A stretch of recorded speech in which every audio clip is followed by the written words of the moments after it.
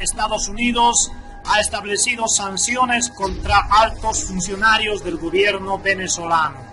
A continuación, precisamente los reportes y las informaciones últimas sobre este tema, y les voy a pedir sus comentarios. ¿Qué les parece estas sanciones que ha determinado Estados Unidos contra altos funcionarios de Nicolás Maduro? ¿Serán suficientes? ¿Será que Estados Unidos debería hacer más radicales las sanciones, como por ejemplo dejar de comprar el petróleo venezolano o ahogar económicamente al gobierno de Maduro? Por favor, comenten, escriban en la caja de comentarios, va a ser muy importante saber sus opiniones. Reitero, Estados Unidos ha establecido sanciones contra altos funcionarios del gobierno de Venezuela. Altos funcionarios del gobierno Nicolás Maduro en la mira del Departamento del Tesoro de Estados Unidos. Anuncian sanciones contra 13 de ellos. Les diremos quiénes son. Empezar hablando de Venezuela, varias noticias a esta hora. Tenemos cobertura en equipo desde Washington, Caracas y también desde Nueva York. Estados Unidos confirmó hoy que va a sancionar a 13 funcionarios del gobierno de Nicolás Maduro al considerarlos responsables de abusos contra los derechos humanos. Los senadores Bob Menéndez y Marco Rubio ya habían advertido con el Departamento de Estado que el Departamento de Estado iba a tomar esta medida. Ambos senadores denunciaron que Venezuela atraviesa por una profunda crisis política, social e institucional, advirtiendo que todo podría empeorar de llegar a instalarse la Asamblea Nacional Constituyente como pretende el presidente Nicolás Maduro. Vamos a ver quiénes son los sancionados. Figuran estas personas, creo que tenemos un gráfico para compartir con ustedes. Tibisay Lucena, no tenemos el gráfico, les doy los nombres. Tibisay Lucena, Elida Jauba, Tarek William Saab, estos son los más conocidos, María Iris Varela también, pero vamos a ir punto por punto de los que ustedes probablemente los conocen porque son figuras de renombre. Carlos Alfredo Pérez Ampueda también está entre estas personas, pero vamos a hablar de Tibisay Lucena. Ustedes la vieron en las distintas elecciones que tuvo Venezuela, la presidenta del Consejo Nacional Electoral desde el año 2006, es socióloga, egresada de la Universidad Central de Venezuela con especialización en la New School for Social Research de la ciudad de Nueva York. Otras de las figuras que ustedes seguramente van a reconocer. Elías Jauba fue vicepresidente del país. Actualmente es el presidente de la Comisión Presidencial para la Asamblea Nacional Constituyente. Es también ministro de Educación y vicepresidente sectorial de Desarrollo Social y la Revolución de las Misiones. Otra de las figuras estuvo en las pantallas de CNN con bastante frecuencia. Tarek William Saab tiene actualmente el cargo de defensor del pueblo, presidió la Comisión de Derechos Humanos de la Constituyente de 1999, impulsada por el expresidente Chávez, también como militante del Partido Socialista Unido de Venezuela. Fue electo gobernador del estado Anzoátegui, esto fue en el año 2004. El mayor general Néstor Luis Reverol Torres, él se graduó de subteniente de la Guardia Nacional en 1984. En los últimos 9 años ha ocupado varios cargos de importancia en la administración pública. Fue presidente de la Oficina Nacional Antidrogas entre el 2007 y el 2011. En octubre del 2014 fue designado comandante de la Guardia Nacional Bolivariana. Ione Molinares ha estado pendiente del desarrollo de esta noticia y nos acompaña desde Washington. Ione, muy buenas tardes. ¿Qué es lo que dicen las autoridades en Washington luego de este anuncio? Hola, Carlos. Esencialmente lo que dice el gobierno es que está preparando estas sanciones entendiendo muy bien que están a punto de celebrarse unas elecciones que critica abiertamente el gobierno del presidente Donald Trump y que precisamente estas sanciones entiende que viene a días nada más de este voto que se va a realizar para la Asamblea Nacional Constituyente, que considera realmente el gobierno del presidente Trump que no va a funcionar y que va en contravía de la posibilidad de encontrar una solución a la crisis en Venezuela. Así que, pues, a partir de estas sanciones todavía es claro para el gobierno que se reserva el derecho de seguir aplicando más sanciones y todavía esperar qué puede ocurrir, qué tipo de sanciones y qué otro camino va a tomar el gobierno del presidente Trump si se adelanta esta votación, estas elecciones el próximo domingo en Venezuela. Pero, como sea, dice ya, y recuerda que este es solamente el anuncio de hoy, ya sigue a una advertencia la semana pasada de la Casa Blanca al gobierno de Venezuela. Interesante también que lo que estas sanciones hacen básicamente, Carlos, es congelar los bienes de estas personas que están siendo sancionadas. Los ponen en una lista preparada por la Oficina de Control de Activos Foráneos del Departamento del Tesoro, y ellos son los que deciden qué personas son las que van a recibir estas sanciones. Se le congela sus bienes, se le congelan los bienes financieros y materiales, bancarios, etcétera, y se le prohíbe a los estadounidenses tener ningún tipo de transacción, personas, bancos o cualquier otra entidad, tener relación comercial con estas personas. De lo contrario, tendrían unas multas bastante altas y millonarias. Importante también porque pues este es un trabajo que no ocurre de la noche a la mañana, seguramente ya ha venido un trabajo de investigación y de, de seguimiento de parte del gobierno de Estados Unidos a estas personas. Estábamos hablando cuando el presidente Trump anuncia la posibilidad de estas sanciones, si iban a ser antes o después de esta Asamblea Constituyente, que va a ser este domingo, fue antes. Varias naciones de nuestra región, hoy a través de la OEA, no sé cuántas, creo que son 12 o 13 naciones, también están exhortando a Nicolás Maduro que no realice esta Asamblea Constituyente, ¿no es así? Exactamente, lo hicieron a través de una declaración hoy en la OEA, cuando se presentó el informe que ya a comienzo de semana había entregado a la Organización de Estados Americanos el secretario general Luis Almagro. Tuvo varias participaciones, países como Nicaragua respaldando y atacando, digamos, a la intención de la OEA, países como Colombia, México, Argentina, estaban básicamente diciendo que es la responsabilidad de los países de la región de poner sobre la mesa lo que está ocurriendo en Venezuela.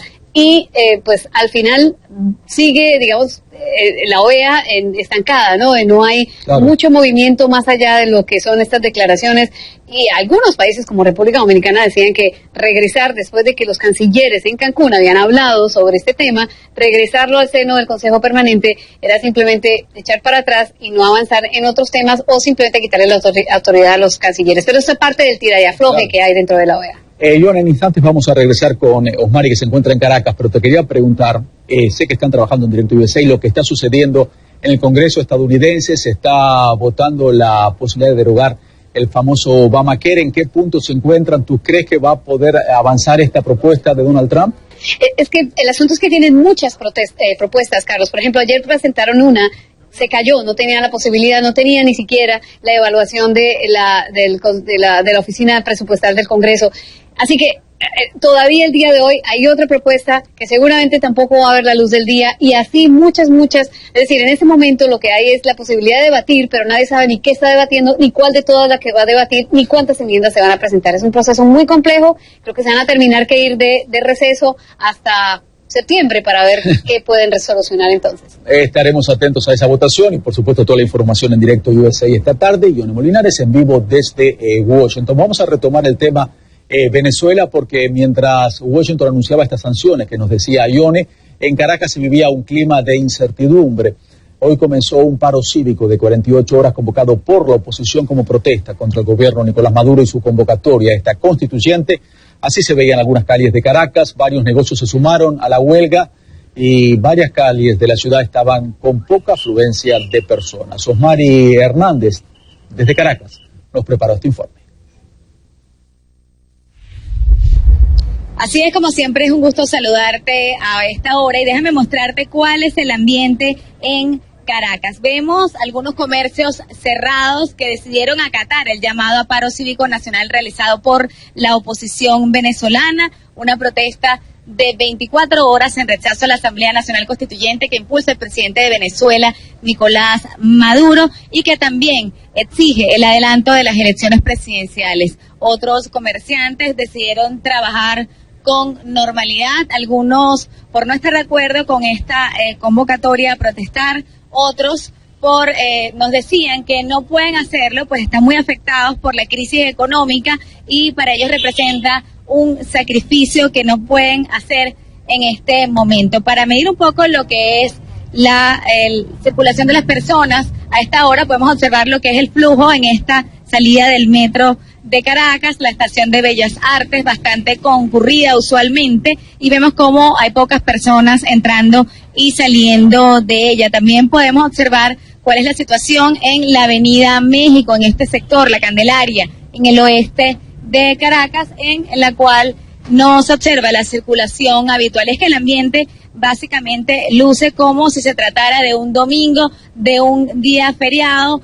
aunque en distintos puntos de la ciudad algunos manifestantes no se conformaron solamente con este paro cívico nacional, sino que decidieron bloquear las vías mediante la realización de barricadas que la fuerza pública, tanto militares como policiales, acudieron para derribarlas, dando paso a enfrentamientos en distintos puntos de la ciudad, tanto del este como del oeste de Caracas. Es la información que podemos ofrecerles a esta hora desde la Candelaria en el oeste de Caracas.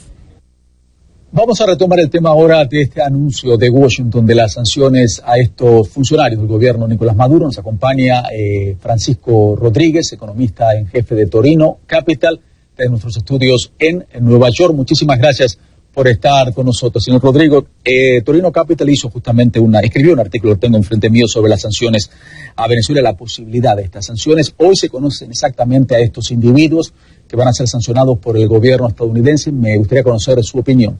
¿Qué le parece? Muy buenas tardes, un gusto estar aquí discutiendo contigo. Sí, fíjate, justamente hay dos tipos de sanciones que se están considerando.